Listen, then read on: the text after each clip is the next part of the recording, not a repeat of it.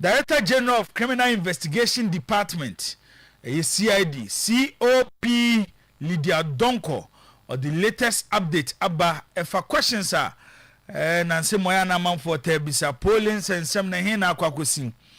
Mame COP Lydia Donko, and they were the update for Ediaba.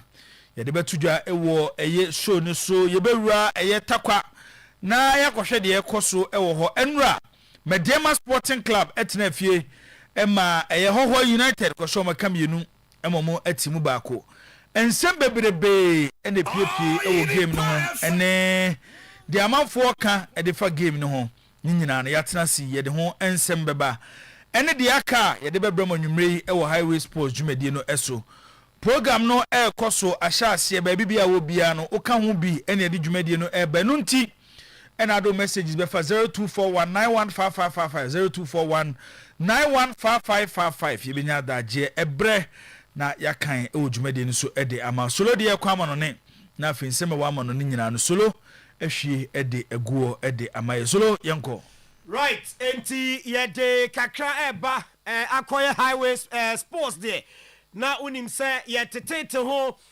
de ama kakra bi ena yede eba ye wi ana ye run semnimu ewo efisemnimu dia perfect skin and body therapy Kwajo Reko Royal Enterprise PKB group of companies omo be Nescafe and Sweater ye chipana Bosch digital satellite omo daruma ena yede dwumadie no ede ebrem ene anwumrei ewo kasa fidie no eso edia na Chelsea ensem na se ede free Croatia womo ase na onim se Croatia say Ghana bibiombe bia no ewo se enya interest ewo mo ni nya se FIFA World Cup ye ni omo ene bebo last group game ewo Ghana ye group ne England and afe Panama ni Croatia ensum ewo mo na onim se Croatia man no nyame ya domo upcoming match friendly some ne Brazil and afe Colombia and ashisai onkofa akansi omo e de bebo ani a eno anya asem keto akra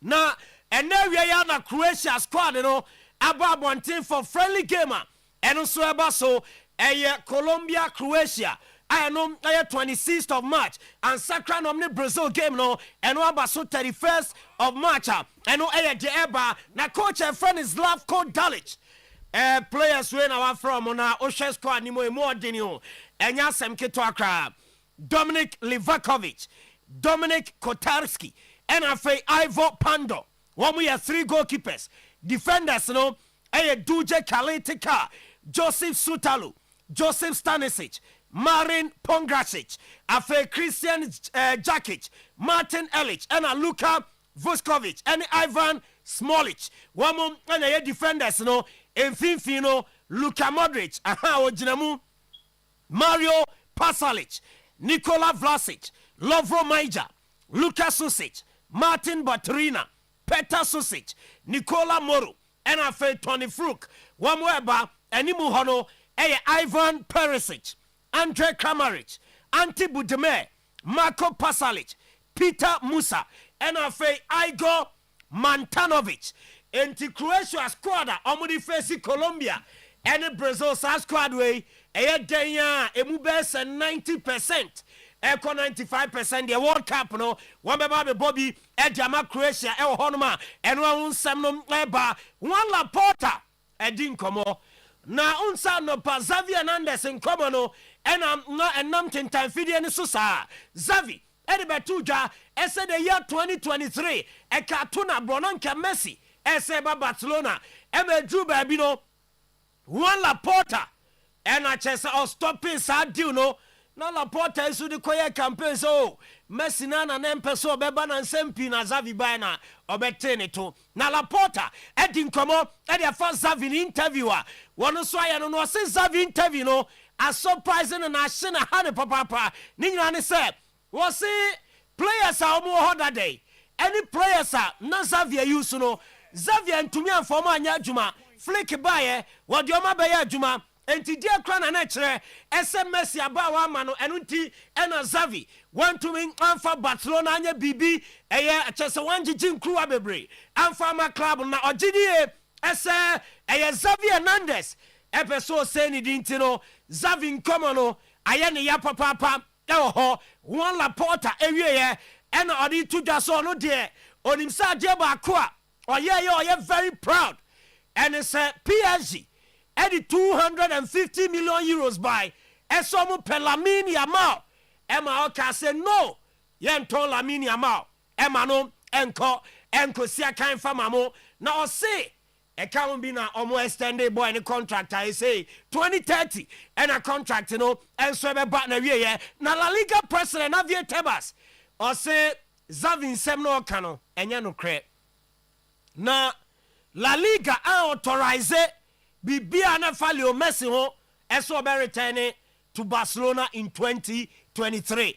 enti Zavin sem na no kan esa one Laporta and a blocking side do no Javier Tebas ese Xavier Cantro ni nyina ne se omo La Liga woman improve ese Messi ebeba back to Barca in the year 2023 eno eye free La Liga president Javier Tebas na say eba uram the English Premier League Rodri Cascante efe no afine no 80,000 pounds boss ebi wo mu 80,000 pounds now kaya Man City ne Spurs ebo 2-2 ewo league ni mu ema ye wie game no Rodri de batudwa ese Dominic Solanke goaler was say ya ma game ni be 2-2 na ye foul na referees no ase omum pese City be win games no ndi ogidie pa ese na ye clear foul referee gina sa game ni mu ena wama omo an win game no name ni VAR Robert Jones ena edi sa adwuma no mo charge Rodri say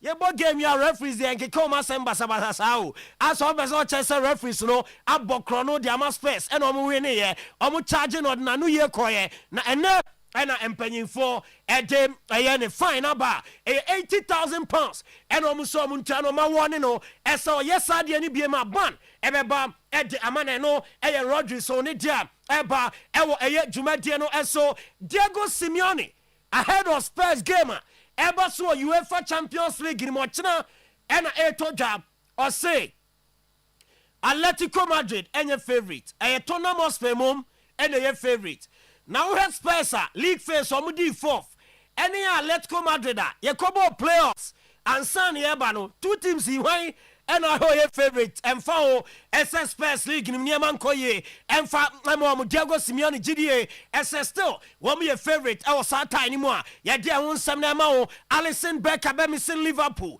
and the Galatasaray gamer. Nyamiya Dumeno Soba so Champions League anymore. Yes, on your fate and to Giorgio Mamadashvili and ebe started Edama Liverpool against Galatasaray. Ewo Gala Homa and also and some neba and area ya Madrid at TSM there, Kylian Mbappe, or you're back in training with Madrid squad, you know, after Yakoyani knee test, Paris last week, Mbappe, Ababaka, was training, and so I say, Alvaro, there be Ochino Mobi, on can squad, no, Afena, Ukwada, Afena, was training, so move anymore, as a second legger, Woman City Bebonde, Mbappe, ebe ready, not what a ball, Edding, Ama, Yetimani Ding. And so a day Madrid and also and when some no eba Alvaro Carreras and so and a muscle injury the right leg into Madrid I confirm say against City and ya dear Alvaro Carreras and so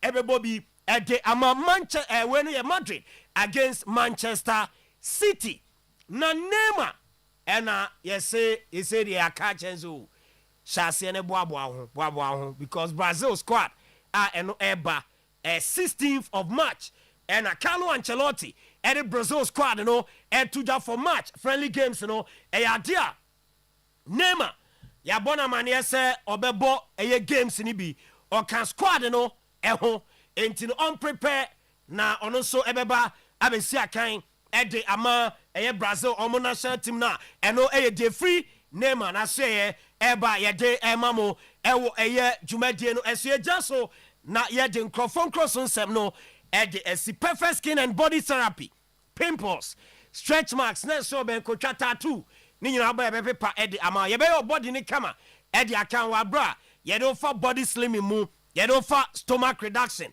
ye flat tummy any body enlargement de akan kuma say enkran ena takra de branches ewo ho 0553 312 911 ene enkasa Reku Herbal Mixture ekrase aduro no eye pa edema omo pressure debia etako so anase kofom pa koko also infections menstrual disorder emema no empamu agudie eye Reku Herbal Mixture ena fe general well-being yempa dre bi nom baby eto no man mu ha okra ubenya bi ato for 0244 470067 ene kwajo Reku endi enkomo PKB my brand new car tires ne car batteries na ye yusuma e car na ye be wose bibia so aye fine enye no nko a security doors aye free turkey wo mo na e ma ye bie main office no e wotafo kremofo asie ne hwe animu ofori krom new road junction and afen crime brigade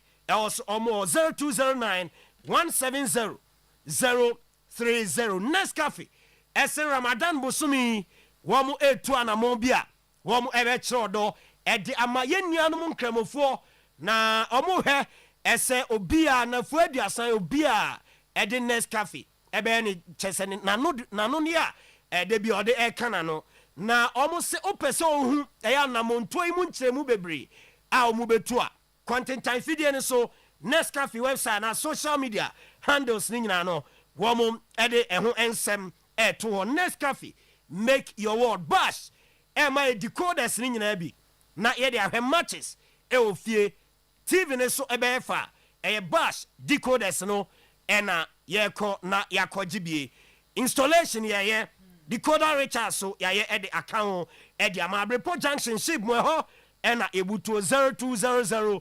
050848 ene bash endi enkomo nyame ya adomo a Thursday 2nd April to Sunday 5th April Easter Convention kese pa baso ne Pillar of Zion Church International evangelist akwesiwa general overseer eda no na edesa Easter Convention yi eba baba sports stadium Heroes Park ena jumadi no ebe koso anopa bia 8:30 am na enwumre no aye 6 p.m.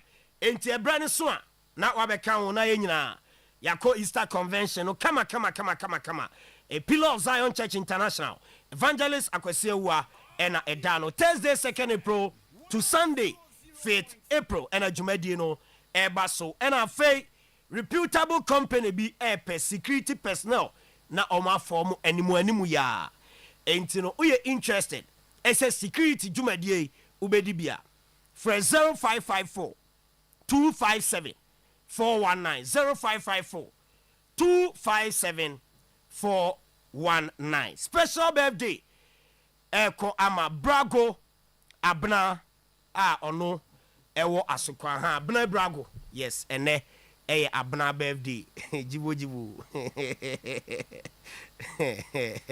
ena ba so ko ede ama kwadwantwi wo United Kingdom ene kwadwo antwi enso awoda ye wish no a special birthday danger kwaku nyameche Francis ene kwaku nyameche Francis enso awoda special birthday to kwaku nyameche Francis and Mr. Eric Nkrumah ono so ewo UK ene Mr. Eric Nkrumah ne birthday ti Mr. Eric special birthday boss yem fancy na show no ento aso ne buo ene se de entwe nyinam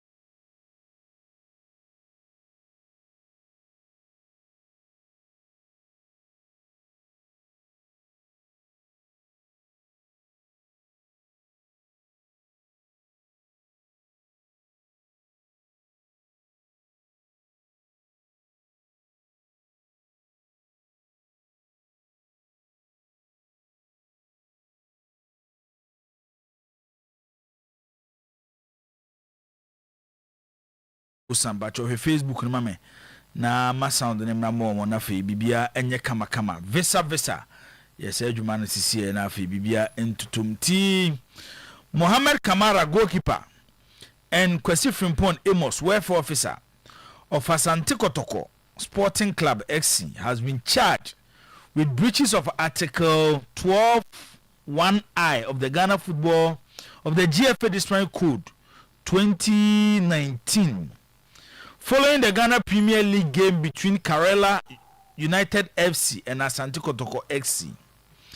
It is alleged that Mohammed Kamara confronted and assaulted the ref using insulting and abusive language and gestures after the match, whilst Akwesi Frimpong Amos forcefully seized a red card from the referee and interfere with the referee's authority. They have until close of Wednesday, 11th March 2026 to submit response to the charges. We, if the Ghana Football Association, no more a day aba. I mentioned if you were Captain Sasia Akumia Sechi. Open me. Yes, football radio. When player goes to that level, clear. I say Edimra, and no, Ekasa, the team manager, because you always not any point in time here. Your mra idea football and as all conform to Samrano. Say open say unyo tidima. Now maybe problem is it is becoming one too many. Me per se yeah protecting and referees. Yes, I say protecting and referees or match officials. But the kind of agency they protecting referees and match officials no. Me expect the FA no. And then in for say to me decide and also actually referees performances in the games. I know a result in Nema we are able. Because I don't want to say that Mohamed Kamara is stupid. Say a bubble game we are going to call Lusu. No Lusu fairly and also coaches referees or Kobono. And our team manager Amos. A be our boss Asante Kotoko, a very disciplined captain. I will do the team manager or very sort of in the game we now chase a referee for the record or general record evidence. It's just a be happy here. Be happy in the basis animal also. And recently we've been talking about referees' performances and how referees has become the people are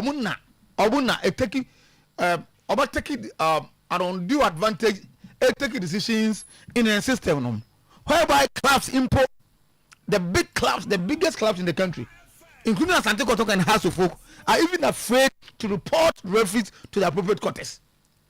But the FA always tell us that all the observers echo transstance. What do they see? Observers, they don't move. Those referees are the next game, no more saying. So is any of the observer telling me, say, me a sorry say the used to say game because Eba and never team. Say, as I look to go home, we said, yeah, baby, any go start. I don't know, and you go. That ball wasn't a clean goal. It's a referee. Yes, I did. That's a referee. One day, our every opportunity say, "Oh, yeah, do a person we are working football." I come juma. This is all we say. You play supporters, and I say you play and send you for yourself. Share someone is all we game. Now referee decide. They say, "What them never show me how sometimes you behave." And to talk about player running all this 90 minutes. Team manager, that's a team for more prepare our team. Now you do one person. I didn't mention somebody to person. So is somebody telling me said that penalty incident has to folk against the same baby any goal starts happening. Now if so-called observers no more report when a coy. And I want to believe say as I go to a goalkeeper no active because I go to lose. Because I lose at home to House of Folk. Come on, another go. Me not sure say that game will be or say or rush to the referee. So I want to believe the BBC. Somebody, I think my brother Zakito was telling me say one incident be minimum say clear there. No, me sure say the cover by Henry Ansu record no. Na nyame anim nukuri ni. Ekwa referee fa so ma record ni de. minim say footage fufu apart from the mehuna. Okay. Okay, ti visa boy na yenhwe answer record no ha. Me so say any Oh, open ball. On the omoko jump. Omoko jump. So what is the boy ne do here? The boy ne say on say player no so nani. So in say answer the sa awono, but from the video na here when dey. Look at this. Ube way na Carol so player. Eh dey chain way. Ebi ne dey dreams of na dey kan wase my man. Aduana player. Record. Dreams dey na career threatening, very dangerous no. Referee jam man cost free. So it's a in football no be clean there. Yes, much as me no mo ya adwene say adia Kamara ye antwa ye ese charge no. Adia Amos ye ese twa ese charge no. Ese start to fish out the bad referee the more system no ma. Obu create all this problem no. Because you can't say bibi anko kan papa anyi kede. And America no. We've seen us and go losing in a game. Ko play bi so ko referee so. Ko drill ko ma say here against Vision FC. You win a game ko play up that form. Referee no walking straight on supporters go be and carry advantage no. But when it is that idea will be able to say deal with it. The referee intention is to make the other team win as against the and the man nipa because no the information again say ya amount for restricted Kamara. Every ko referee na me no. Ebi akoma ko referee na me no. Ni nyina ni that bad officiating na omodi ti omo ye especially games are TV so. And they say home team at all cost and winning at the expense of other. And because the best idea there, now if you more justice in my system no. Because we have, as you say, there's justice going on. So referees, the referees must be sanctioned. No, be able to say yes. This so referee was sanctioned. Next time, or baby more that target or but you just referees man call. But when it's about player and I say team official there, I saw the point now or out. At the end of the protection, Amos the protection. So what is so special about that? It's a hard time in class, no. Almost anybody now to stage a demonstration or walk of say so referees not as normal my board yeah. I'm more referees sit up. Abaye practice all over the world. Captain say baby abefebia sa na ye no. I am not against referees a mistake. Na se be punish wo mpokura na ye mfa ma public. Baby a de be hu ni say weekend be games a be di no. Oni bi be hu an say bi a ye fa say England. Now we did championship. It's a second we will Premier League. A way of punishing referee. Yeah, hands on you know. Referee could do or this talent and go no. The two is not the ball. On the camp, but they don't do that. Because the system now got a referee. Yes, one got the money. Say a pussy here. Your referees are Ghana League. The system sends them to go and do on quiet body. Retire teams. Push you. What is it? Push him manko. But no, I something that a system now no push it from mommy as animal. So if they are working, who the point see the referee's name. But there's also captain says a referee. And I could deep match na uncle ye, you the modern uncle ye, and you are freezing now. At least for we us not hearing you for about maybe 1 month or maybe 2 months now mama be born. Obi able say this referee okay by be see and catch it. But the referee ebe ya dey say especially to do as I go start here and American was me. Not say a week or the next week or what kind of punishment is that? But let's wait. Who's the carry back? We are not a week they follow you after science in this year. Ni amano come and any. Too short. And your punishment. And your deterrent enough. Referees look around. Tell us your mom. So referee just center now. A hell is that the following week of the center. So and your punishment. So referee Ghanaian referee just center ne said the boy and go to Caroline, right? And then next week, you be the opportunity. Okay. So Oruko or center. So I call every other week. And one day every other week, and just say you punishment be meted to him. So the referee indeed the FA almost send that scout, no, the so-called observe someone consent and stands book of her. Yeah, the referees when they are some work no. Say those so much some first your mouth. Me say that we give you now. But I want to believe say and never course. And the player no, and the team manager acted at the whole act. It's very disgusting to hear how quick the FA and his disciplinary committee came out with the allegations against Asante Kotoko team. But the big question is what prompted the action. Okay. Is Kamara and Amos insane to take that action? The GFA and his disciplinary committees are like being invited to Asamado. Definitely, you won't go and come back. Akora Abafo Eddie Fibremai and Ede Abba. Alasan Said Zakito. And it's unfair. Yeah. Jibo. Football no. And businessmen will stop wasting their money on the Ghana Premier League. Oh yeah, sure. Yeah. Because it's gradually becoming an adventure.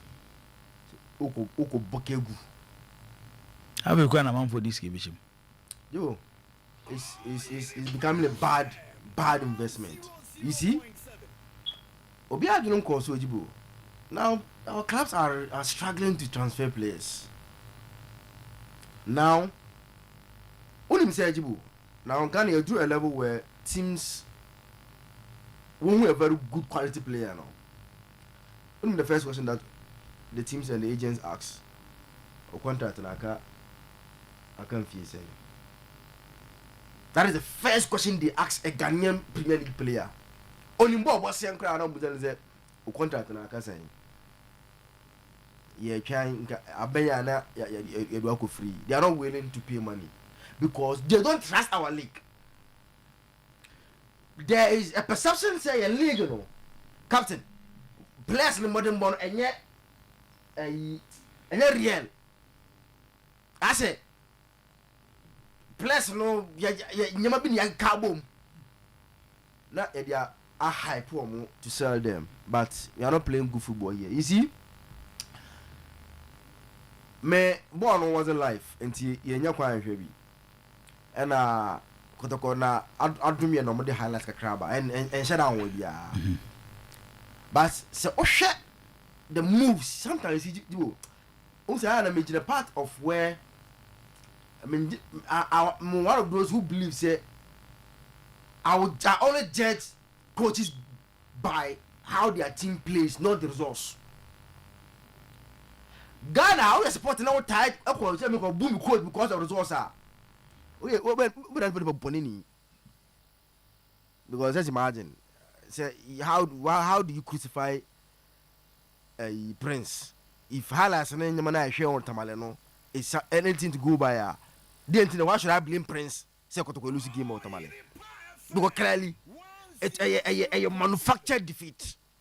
Obi na asada na watching team say me boa manufactured defeat. That's an okay. Tibo, what a bacho visa. I mean, penalty ma. And this was second half. Referee no, he say when me money as one by. And this ask no man go with. In second half we here boy. Nenim here, nenim. Visa pour no nenim. Is it not a manufactured defeat? We should nenim here. Referee be otina man ko aya here jibo. Hwe referee jina. Visa bi mu na here. And na wa fi neni o. Who say why he was attentive. Hwe ya no jina wa fi neni here no why o hwe. Wait. Is it not execution? The penalty. This wickedness. Sound for Bonue. We are as coach in Yadi. One minute so that's coach Prince Wanyadi or better in Kokrumasi. Okay. For this game, I want to hear anybody say Prince Wanyadi or better in Kokrumasi on this game. I know your view. No, on this game. How do you blame a coach for this game if this wicked referee? How can this wicked referee? Yes, we are coach in Yadi. Me say I'm not making call make a Prince as a moment no overall. But if anybody says Prince is a bad coach, we will deal with him on this game. Because a clear case of Yatichi Monsa Yashomo. And go back to the red card. Thank you, Visa. How can you tell me the ball you win the penalty? And this is a referee standing closer to the incident where you say Oyerepa, like I said, no Oyerepa. He is standing in front of the incident where it happened. Also one day. Then the coach lose the game. Yes, a coach in Yard and Pamano. Then you go back to your red card.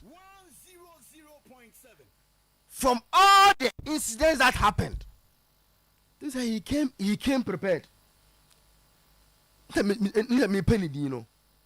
Because side my way, you know, you have to be an experienced person to execute it. This job, it was starting in the first half. The first thing is to give a record that is not a record. That is the first to weaken you. Then he realized record no still M1 eti down and so born number 5 Emma home team no. And only the Oya incident by was on. Tibo, see I'm showing here the kind of football we are playing in this country and the way referees super umudene no. I'm not justifying what Kamara did. But you see, football is emotions, and we shouldn't behave as if say Ghana Hankwan Nisi. Yanti TV no be a shop of football. Referee dey be play bufunko onyaya enja no ombo referee. Ba na ni players na ason mu no ma come na down say nya botere. It is a game it goes with emotions. And Jibo, so utumika if you run no be your then sure how you react and normal say like unam normal idea obi ayo adibi because what to be already udi yaw americano yaw dio you can it is a punishment no way as you see Jibo you react in a way that any proper eti as much as I think say based on football mrade ya Kamara you be charging a punishment but yansa somfo ya ni nkwohwe the referees ni ye Jibo why always Ghana second round be afibia journalists predict it normal ayantana obed ese yanko for soldier for amokas na second round omo adwuma ye dey tell okas asem no because he know that he knows what happen say in Ghana Premier League second round na dey referees body bonnet. Hey, intiamwa. Akwani ni meduma ye papa. Intiamwa. Intiamwa. Obedi boni boku asada. Intiamwa. Intiamwa. Oza me tidi na me kai. Obedi boni boku asada. Jibo, so this is a referee. Otimi na akukuduro ebedi boni boku ase. This is a referee otimi na kokudu o be di bonu okumase na atamale no ntin godi bone Jibo eti ya nhwe ni ya Jibo bebe football ne ko no ewo because referees no what they are doing Jibo it is too bad Medas go visa kito mamen ko ba for danger man mamen ti oso e boss medas visa if I show ka ubetimi aboa me kakra with aduana call tema ni ajay kraku the second park boss if I show some be kai sa match we ya I think last week the previous weekend no last weekend yeah last weekend not weekend yeah the every week and incident we see minu anoma mo ha de me nye sure say obi asite any green paper say yenu anoma mo eyen central for mo other part of the country and even Kumasi anoma bia so obi asite any charge bia the famous green paper sisi ya bakono be emfa mo ami you see ubekaya Tamanana na yamponsa ye CEO de Makumasi Asante Kotoko. He made a famous quote, and I always refer to that quote because I made the power. Was say the Ghana Football Association holding the responsibility to protect the sporting integrity of the game. The Ghana Football Association had the responsibility to protect the sporting integrity of the game.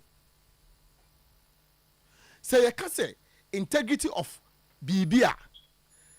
You must seem to be doing, to be fair, to be honest, to be sincere, and to be truthful. Says how do you a dream says it's owned by the president of the Ghana Football Association. The club, I'm handle another club official. Now watching the prosecutor of the Ghana Football Association has turned a bright eye on it. On who ye? On te. This is a prosecutor. Yeah, it's now Oyerepa. Na say no be interview. Then the interview na any year no. Asem okan say anya wo mu da. Nipa ko no be kana no atum say we interview na na charge eto asoba. This is a prosecutor. Yabo match kwasiada. Ewo other venues. Na say incident is here. The same kwasiada na prosecutor no ofia sorry na okọ GF secretariat. No okọ charge no dey ato no dey ababontin. The same prosecutor no. This incident has happened 1 week now. I'm not doing equalization. I will come and speak to Wemu Dieno. But the prosecutor doesn't seem to be working. Just say other teams. Say a dream CDR. And yeah, we're losing the powers as a prosecutor. You are not protecting the integrity of the game. Ebani say ya, and the message ma omudi say there's no fairness in the game, there's no honesty in the game, there's no sincerity in the game. That be you can't low patronage, you can't disinterest in our game. Some of these things actually, some of the factors are affecting and normal you can't want them. You better go for hebo. People has lost trust in the people who manages the game. Ghana. I'm not for you. I'm say one-sided. I'm say fair. I'm honest. I'm sincere. I'm ready to protect the sporting integrity of the game. Therefore, I don't think as I said, I'm risking my life from wherever I live. Say me correbora. Ebinumo decided whatever they want to do with it already. I don't think. And in as much as yani ye hold your clubs no responsible say enye de be ya nkofo be stadium no, the people who manages the game are also part of the reason why nkofo go game no. Because if no maybe say is here, for instance, obi a Kotoko supporter and what say ya charge a Muslim point, ya charge Kamara. Na we see na what you charge here. So automatically o catch and say onya agro na chidi. O catch and say onya agro na chidi. Meaning Zakito Yadwin say the actions by Kamara and Frimpong, if indeed it happened, are condemnable and they must face the consequences of it. For instance, say Amos, baby Abobo na kwakodu. Say Okojik red card, say referee ko show card na ko Jeff in someone. You have to be punished for that. If he did that, he has to be punished for that. And I will not mind words. He has to be punished and so facing the consequences of it. Say your pawn game. Kamara was not the captain of the day, and you go and confront the referee. You must be punished. You face the consequences of it. No two ways about that. There are times that captain no crown or facing or challenging referee no, he will be punished. And say ya charge Kotoko players no any official no mini crimes. I cannot raise a finger on it because if they did it, they have flouted the laws and they must face the consequences. No two ways about that. But there may be one problem, and they say what TV kata when you were there at the other TV so. What TV kata when you was had you because we have seen matches. I have Kosada na juna na prosecutor charge. Kosada na juna prosecutor be charge. And yen yen say Ghana Kosada yen adwuma. O so Kosada ye bobo. Ye bobo no. Say bobo na ye madwuma mo ye no. But prosecutor we ye adwuma or office. Sa office ni dey ya tum. Na ye bobo ni no mo ye adwuma. ɛwɔ GF secretary to sɛ nkɔmɔ nyɛ adwuma nkɔmɔ hu deɛ kɔɔ so ɛwɔ nyɛ adwuma ya ɔmɔ nyɛ adwuma sɛ ɔmɔ sɛ prosecutor no ne charges no trust what charge your referees in report no the same as about match you now you don't even have 24 hours to send your report. No, you don't have you within 24 hours report. I agree and it's teachers or the coding no more adwuma as a circle send a bear the channel pa they will see to the report and work with it and I work on it. What the qua general secretary ni him and I don't know nyina no aye no yeah you manage general secretary no prosecutor no so on the CEO of the FA. I mean no problem, but he doesn't work on Sundays. He works on Sundays. I have seen him in various stadiums. I don't know no nya adwuma. Na boy you born kwesiada but about administrative action decisions na that's administrative working there weekdays enya kwesiada. I'm not talking about the football itself. I'm talking about the administrative part of it. Mate danger. And boss, you said enough for association. Saudi way they say omo anya bibia amfa ho. You see, they could have even pretended to have charged them. Say nso omo nya hwe. Ye nso omo sanction omo. Ye nso omo nya ho hwe. But at least would they pretend to have charged them? Na ya antihwa na kanu ano no. Okay. At least it makes a statement, but say Bernardo said the reckless and biased handling of GFA relating to Kotoko issues should be a concern to the supporters' leaders. These are the things to focus on and stop over-concentrating on juju matters. Why should the GFA be treating Kotoko as a minor club and the leaders are watching on just like that? Bernardo Enediwe Abba. Cosmos Prekon, I say good evening, boss. Good evening, Cosmos. I'm watching you from Accra down Suman. Please, Kotoko should not go. Dreams played Adriana last week. We all saw what happened. Did they brought up any charges up to now? Onusu Ebisa. Asare Prince say, can't we arrest some referees? We need one senior high police officer in our board. Onusu Diode Abba Enono. Kofi Isaac or Kotoko IMC officials are not helping Kotoko's image. They should have written to the GFA and filed an official protest against how most referees deliberately cheat Kotoko. Onosu de awode aba enono kebuadi or say I'm wondering how this current Ket Okreku FA and its disciplinary committee always come out with verdicts anytime there is a case between Kotoko and a referee. We were here when House of Folk Mefoda, I forgot the name. There's a Hussein. Virtually assaulted officials, and it took almost 2 months before bringing out the verdict. But what I have for this FA is that from Entihoda, whatever has a beginning has an end. Shalom.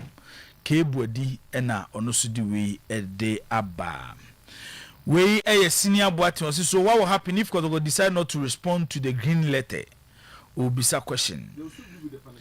I'm concerned JC, but Kamara was given records. What charges again, please? And also any day our day aba and no. Mami nyimi enu free on afi say Obed. And so emrem mami showi okay makan we yeah semo okay attacks in the doors wa beba dey beba mu dey mintimi kan ho ese mi ja ho the amount for near see abre no. Okay, Victoria's calling say these are some of the reasons why people are not interested in going to the stadium. Just look at the searching sun we are enduring. Why would anyone go and watch a predetermined game under this sun? The sad aspect is that those who are in charge have their interests somewhere else and not on the development of the game. Greetings to you all. Victorious Yehuo Ache. K, Dr. K. But for your own Dr. K. Okay, I see. But these same court of officials are in bed with the FA, or didn't they vote for the regime during the last elections? If elections are conducted today, I bet you they will still vote for them. I don't pity them one bit. Dr. K ena ediwe eso aba asemo we also say good evening the FA and the committees are masa we come ho asem dia soso from Jeff Sam. This happens to Kotoko and Hearts because they don't value themselves again. Look at how the small teams are bullying them. And no, Jeff Sam, and also they are they Abba and no. So, but I'm in my poly. Mame Lydia Donko, a CID Penino Dano, and the latest update Abba on Nanapoli. See baby a police for Eddie Police Semno Edru. Yentie COP Lydia Donko. Francis Yao Frimpong alias Nana Pole, who was stabbed to death at a football match. Francis Yao Frimpong, popularly known as Nana Pole, a devoted supporter of Asante Kotoko Sporting Club, was fatally stabbed during a match between Asante Kotoko and Nswachiman FC. He died following a heated altercation with an unidentified individual in the course of the game. The Sunyani CID is actively pursuing credible leads which could lead to the arrest of anyone involved in this crime. The cold case unit is also actively reviewing several other cases not listed in today's briefing. The Ghana Police Service reaffirms that no case of murder, disappearance, or violent crime will be abandoned. Every victim and every family deserves justice, and the Ghana Police Service remains committed to pursuing all available leads with diligence and thoroughness. COP Lydia Donko, Director General of Criminal Investigation Department, and now I'm a latest update on Poli. Obed, I'm in Tiway. Senior dear, some number Jim. I don't must from someone to us. Na onko so anya hwehwem senia Mama Lydia Donko the two join uti de Mama Lydia Donko kan dia na ese omgu so omonda afi ba ku ni omonna no pa wie numre se omudi case na chia so omudi a no mudia eno ne se madam dia to I think they are refreshing news amam for say a chedodo investigations the ajibo it take time na on say wa asem na fa hono wan so jangu mu a cases egu police for now so no jibo edoso if you are being honest how Kotoko efa so use ne kese no e wo fom papa how asa asem ye nte na nka but how omo use omo kese di nya de omo pe no e wo fom o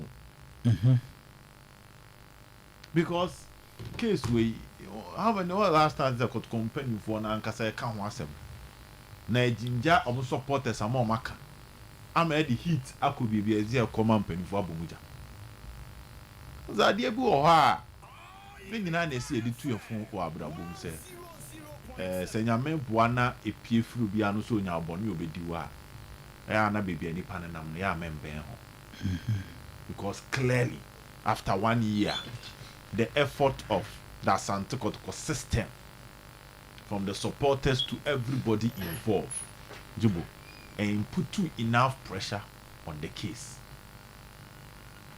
you can't and put too enough pressure on the case a police phone and some go on table no so doors but sometimes you need to find ways of using the public to put pressure on them. Yes, to put pressure on certain lines e bia a block kakra na ma de na timia duriye after a year a pole free is omo ko ye do omo court no ne bia de omo ko a enioma a ye de omo ye de akekere omo no ye gum ne bia de omo ko a na ye gum first ne bia omo passport da ho first ye say 1 week bia omo mbra police station they say no ya tete so ma ko 2 weeks bia omo mbra police station omonya na 1 month ama yesi ababe duru baby a police for him omo na omo mra fa emra ye nyina gitum say emra but clearly Jibo Kotoko kese ye no they must strategically have a plan on be use the anya de omo pe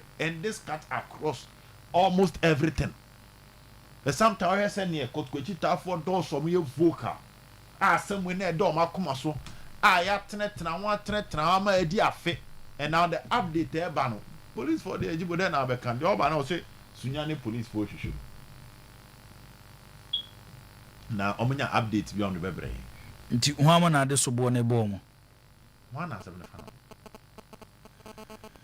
what was the last time a court case the craba ya who said nibre bi ko jan ye nko bi around ebia court yes so mu ko din nsemu no ababa bi free mu wo kuma se he ya on the baka se bi nya nipa de so de mu de ya jitum but look at how no more 74 almost every time no mu gina omo around when nipa na nkase wadi boni se nya no yenya no kotimi koya koduru mampanyina nim ebra mu kobo Africa yem bisa se sa nkomo na sa abre no pole nkomo ba mu ana mo de to mampanyina nim sa asem we de mampanyina da yakoma so paa de so otimi hwe na akama bi bisa akoso ana sports minister ma ba around me ade all to me de bisa ato anim behind the scenes whatever say things must change. I say kotokonya a unit for that. And I'm a refugee here the omuye. O he ne sa ne dia ye de wani betu your case will be treated like any other case. People your cases were penifo because were priority. All security forces every corner obi amfa na honjim ne ha de. Enu bi sa na akoso poli de na.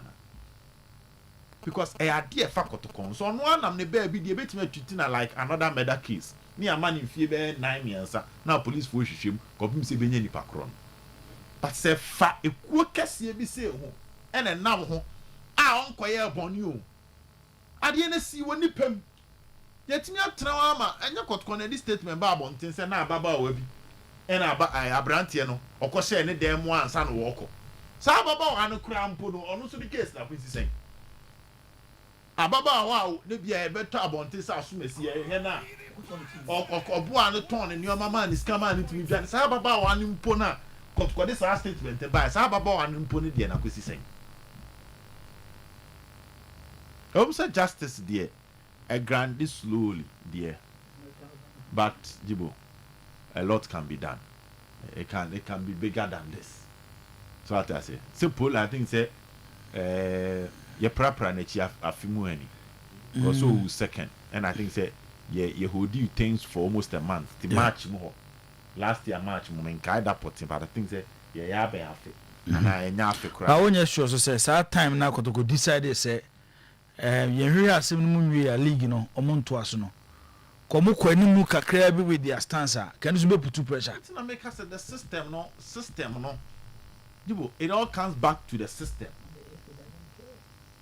no then a system ni ye ti me de you update ma dia mami Lydia Donko dia ma eno ani update so de man nhwehwemu na ekoso nti nhwehwemu na egusu hwehwemu eno ano no so acha se yentina wo sa ka so no mo wa kire ne ko se duru ba bi be to ja class esi enya bi mu a obo ne tena moto so koye ana man kasa stories ni nyina nkyere okruma se nipa mienu bi na bo no kro mo hwehwe bi ene e di moto fro mo no mo baaye ana nti sa hwehwemu ni nyina akosi sen is kotoko even calling for the update tenka kotoko na pole afinhia nai nanka kotoko afre press conference bi nanka company for the assembly atuja where they can even go at some authorities say they are not pleased with how investigations heading koso yenti bibi say free kuo na nkasa ho Jibo tikodo wo foda no o show mo sorry there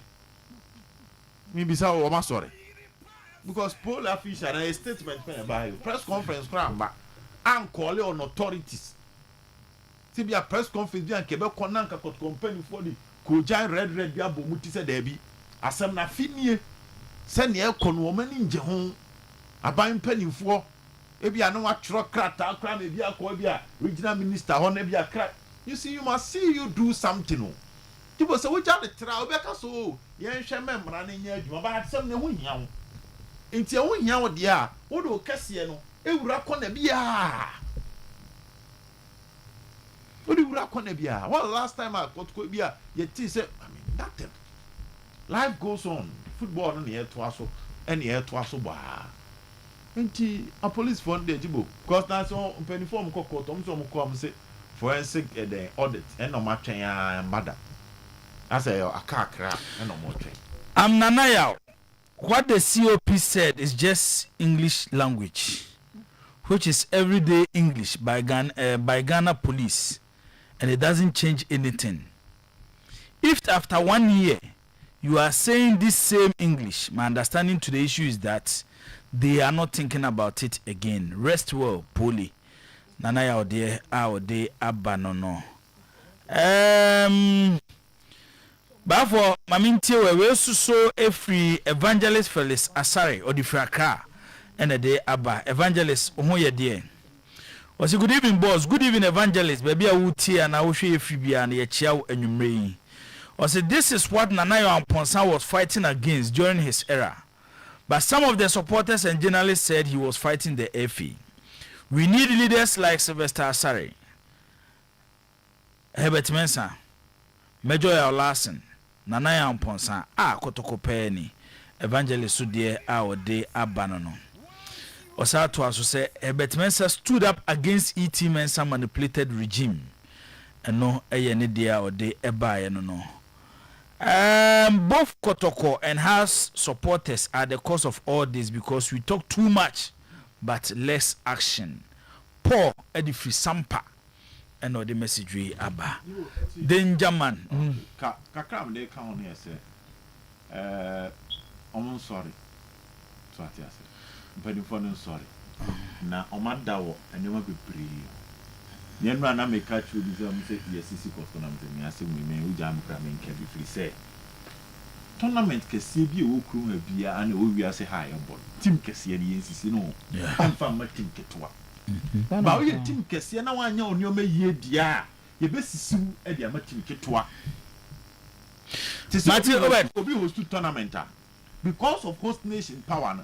So I keep to operate money be ekese ma nya some political influence bi onachi e a hete e mom ba onim teams no mo nye niye mame ko ba for na mti ba for so at the mercy of the leaders babo aminti o boss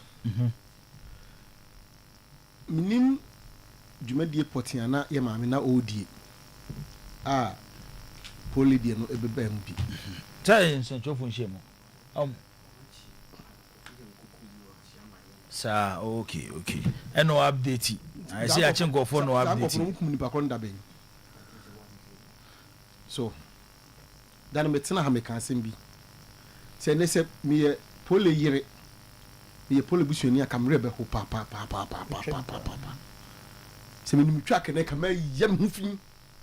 Ado mom twere mu yam hu fin. Say de obi a o se no twa ne de kosi. Me de kama twa yam hu fin. Twa bura daga te. Me twa pa. Me yam hu bi pa. Na de daga tem. Baby, I'm so no tell you about to consider. I just was small one. It is a way. It is a way. Boss, catch a papa the oil and pay. As some like can and yes, someone you did grow. Last week, I'm betting a can't see me. Say, Polly, on your address. Miminia, me uncle Sami Jamfi. Nasi yese nyambra phobia akokuno this ni achi wo mu because our address proper address Paul only address krom ha utia na only address a sonson ho because asem to wa wie on say producer ka kire say nkofo bi ahya mo kodi boni 1 week mu ayachi wo mu Paul edie what do you hear? The chronology of reporter ebaye.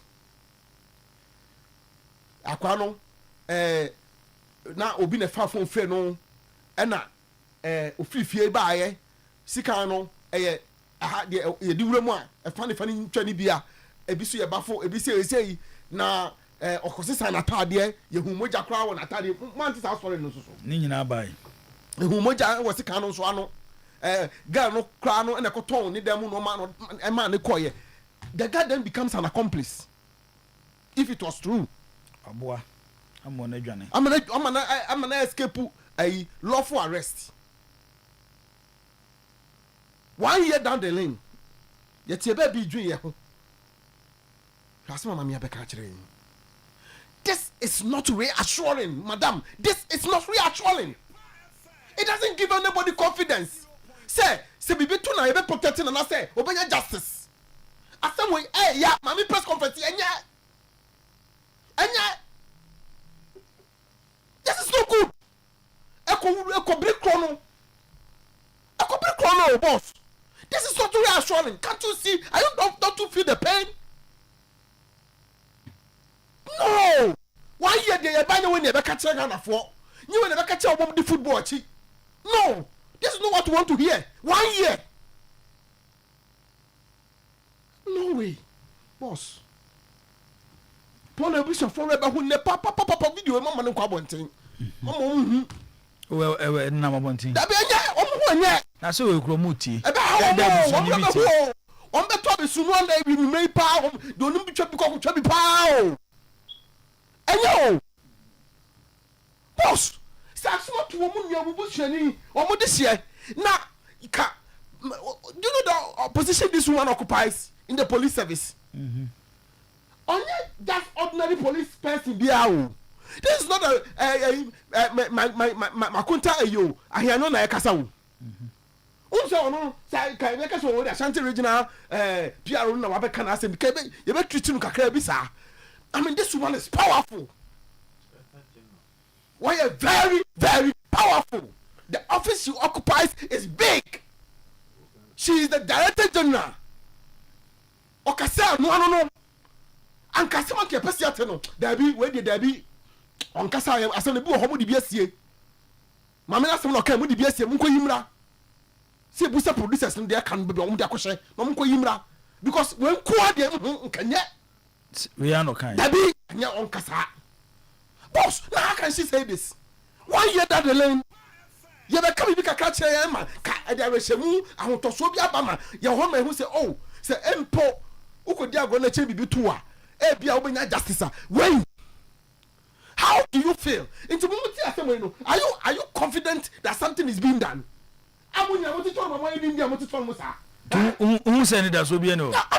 This is hopeless statement. To be any I just said there's nothing being done.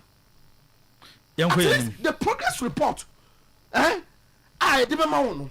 Can Tibi before from the acting that I know. Oh, tell the police are crossing on every corner on Kofono saying it's be something that will give you confidence. That one is of course in the Ghana. Yes, that's what's in Ghana.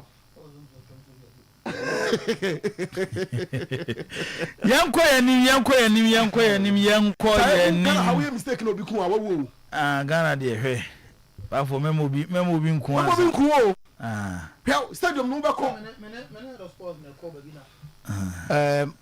national security person be na otuafo atuma ka che ya no se obi uko bi no obi twe se kan na so twe to so beku a panache wona ko na speed bia me di be na fi ho panache so te do tu ka to no communicate wona pache wona onya na ni be ko ku pa but the two hour pe bia fa o ka che or say we a free Francis Odifra Tonsu and a diaba or say let's not mess up the issue because I remember we were told the alleged suspect has flew to another country. The examples Danger Man is giving is different from that of Poli. Trust me, the police would have arrested the suspect if he were to be in Ghana. Francis Ediwe Efri Atonsu Enede Abba. Obani someone kwa kakra. Ask Danger Man before to tone down before his BP rises. Because in Ghana, if you are killed, that's all. Cool. MPs and lecturers were killed at their residence. Nothing has happened as of now. Kwesi Edifree Brekum ena ode sa message we Abba. Nana Bones to say, I think you guys have forgotten her statement after the incident. He wouldn't do anything about it. Why is the case still with Sunyane CID? And also yene de our day Abba and no. Yankota kwa Captain supporters Mediama supporters on PRO.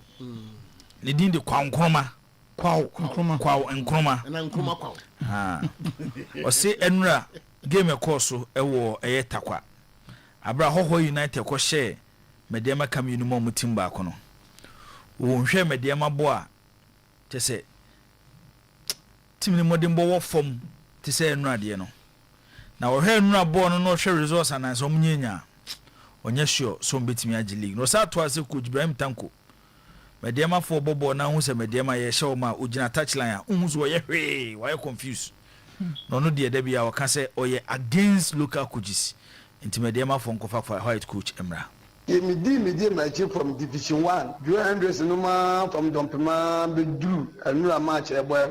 Anura the day I match midi my match and me papa.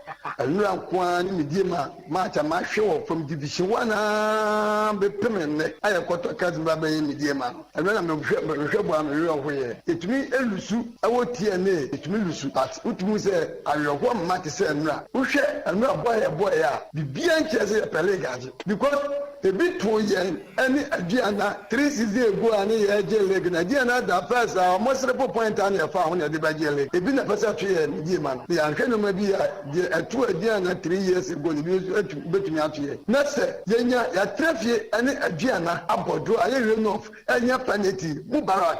Captain Aseno and Yashi about drawing for 1.2. No, team and order irrigation zone, not a 17th position.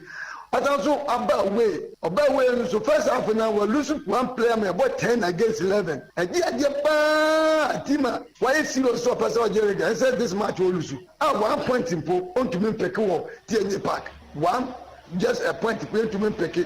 The BBN crack it, the BBN just a tempo. Me Pankoma Anna, me had a Melanchi Tankoism tactics by Ayamanabu Manu. From tactical bench to playing ball, you know, it be Bianfa. Can you imagine say, a do a require tempo, no to me Jadaga, Paul Gura. Assistant coach in Nephi, no dugout. About the BBA so now you don't see strategy civil here, or the second assembly, no, they strike a Obeche Bori, or the buy, the popular better bench. Captain Command is a gun appointed about business, Captain Command, no talented player, no one. All the matches, Captain Command, one asset to cry. As a window, asset to cry. On shame go back, cry. Niggas are to kill, and from possession, they are. And so I bought the matches. I have been so about your booty, so I bought a bunny. Sir, when the Captain Command by a budget, I can't be top boy. To be boss, I want almost speed. Captain Command speed over me. Also to me check. And so I can't be Siciano. Akabi is nowhere to be found.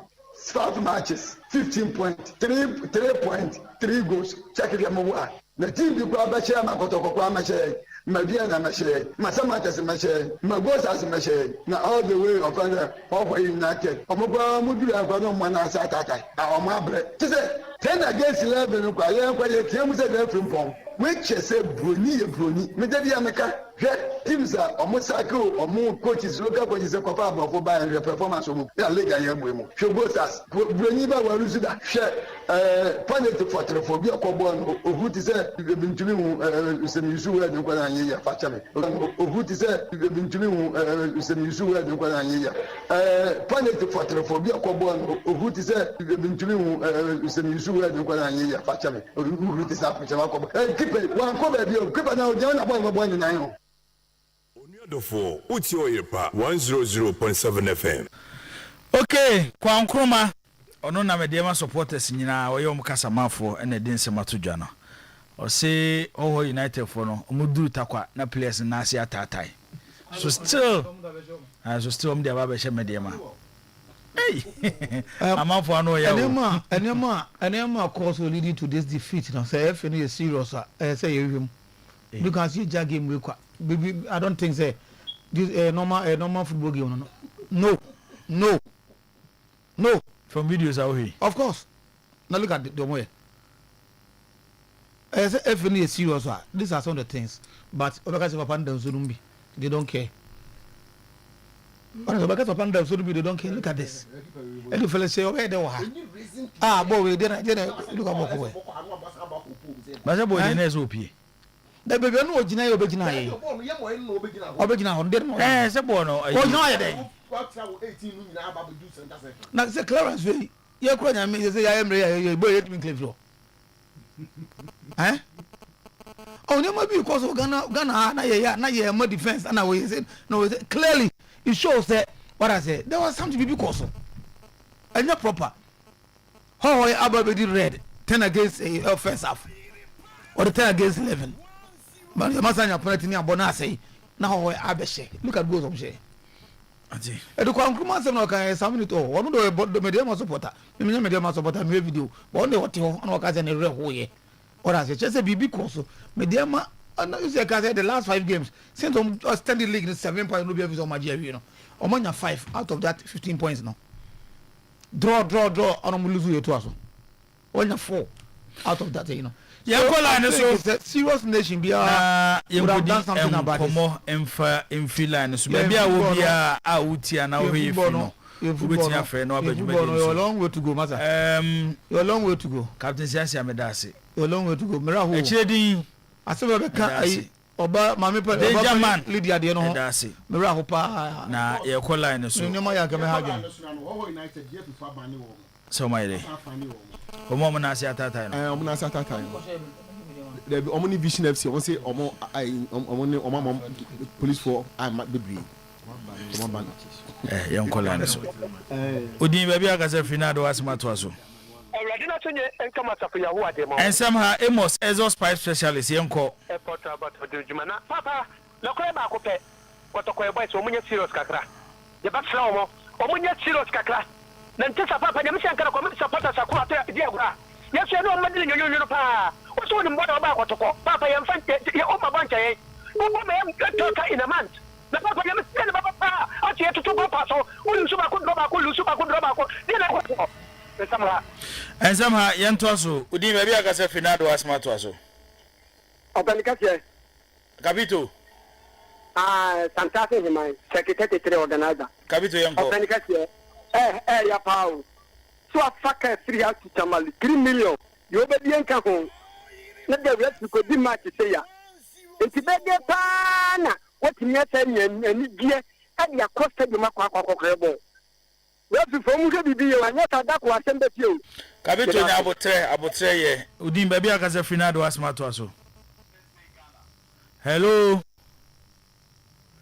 okay udin ba bia ka se finado asma to aso Ofaba kope Benji yanko why ya mo dum seria ofana mo waso ka se obo djuma asifu ka betire ko kidi drum ni se draw na ye too much ligi die e nda so ligi be ju ba se bonus ma di o ka kono ma na kimini di play fan de ponso le ka bula mu lo bia sa Benji you face seria no ya djuma Benji yeda se ye fa de odi wo udin ba bia ka se finado asma to aso